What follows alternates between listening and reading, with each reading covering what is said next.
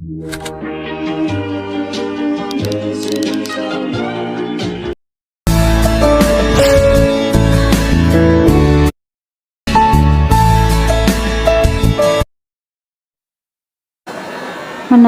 proses produksi massal. Salah satu cara yang paling umum dilakukan oleh setiap perusahaan dalam mencapai tujuan adalah melakukan produksi massal. A. Mengenali produksi massal. 1. Hakikat produksi massal. Produksi merupakan upaya yang dilakukan dengan cara menambah nilai guna suatu benda atau suatu produk. Adapun kata massal memiliki arti mengikut sertakan atau melibatkan banyak orang.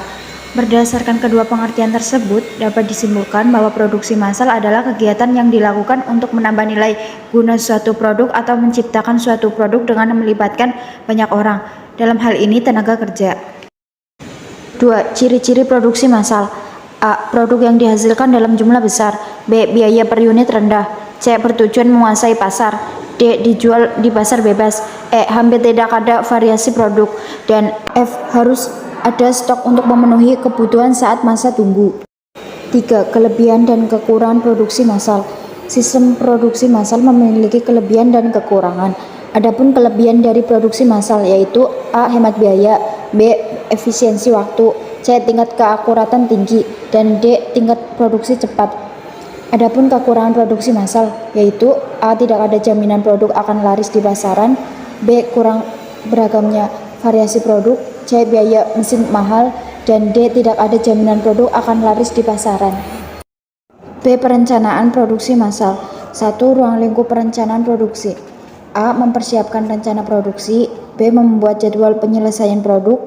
C. Merencanakan produksi dan pengadaan bahan dari luar. D. Menjadwalkan proses operasi setiap unit. Dan E. Menyampaikan jadwal pada pemesan. 2. Tujuan dan fungsi perencanaan produksi massal. A. Tujuan dari perencanaan produksi.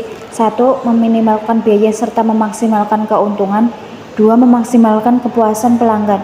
3. Meminimalkan perubahan nilai produksi. 4. Meminimalkan perubahan tenaga kerja. 5. Memaksimalkan perlengkapan dan inventaris pabrik. B. Fungsi dari perencanaan produksi. 1. Menjamin rencana produksi dan pemasaran produk. 2. Mengukur kapasitas produksi yang konsisten terhadap rencana produksi. 3. Alat untuk memonitor hasil produksi. 3. Unsur perencanaan produksi. A. Tujuan produksi harus dibuat sejelas mungkin dan mampu dipahami oleh manajemen perusahaan. B. Pengukuran dan standar produksi. Artinya, perencanaan produksi tidak hanya dilakukan atas tujuan, tetapi juga harus mengukur kemampuan konsumen dalam menyerap produk tersebut. C. Perencanaan merupakan fakta objektif. Perencanaan produksi harus apa adanya dan memiliki pemikiran yang cukup rasional, bukan hanya sebagai angan-angan. D. Perencanaan harus dapat diukur. Artinya, walaupun hanya perkiraan, namun perkiraan tersebut adalah benar dan tentu tidak menimbulkan kerugian pada perusahaan. E. Tahap awal pelaksanaan produksi. Perencanaan harus menjadi langkah awal bagi perusahaan dalam menghasilkan barang yang dibutuhkan oleh konsumen. 4. Jenis-jenis perencanaan produksi. A. Perencanaan jangka panjang atau long range planning. Perencanaan jangka panjang merupakan perencanaan produksi lebih dari 1 tahun, bahkan hingga 5 tahun mendatang. B. Perencanaan jangka menengah atau medium range planning. Perencanaan jangka menengah merupakan perencanaan yang dibuat untuk kegiatan produksi selama 2-3 tahun mendatang. C. Perencanaan jangka pendek atau short range planning. Perencanaan jangka pendek merupakan penentuan kegiatan produksi yang akan dilakukan dalam jangka 1 tahun mendatang atau bahkan kurang dari 1 tahun. 5. Faktor-faktor yang berpengaruh terhadap perencanaan produksi. A. Faktor internal, meliputi kapasitas mesin, produktivitas tenaga kerja, dan kemampuan pengadaan. B. Faktor eksternal, meliputi kebijakan pemerintah, inflasi, dan bencana alam.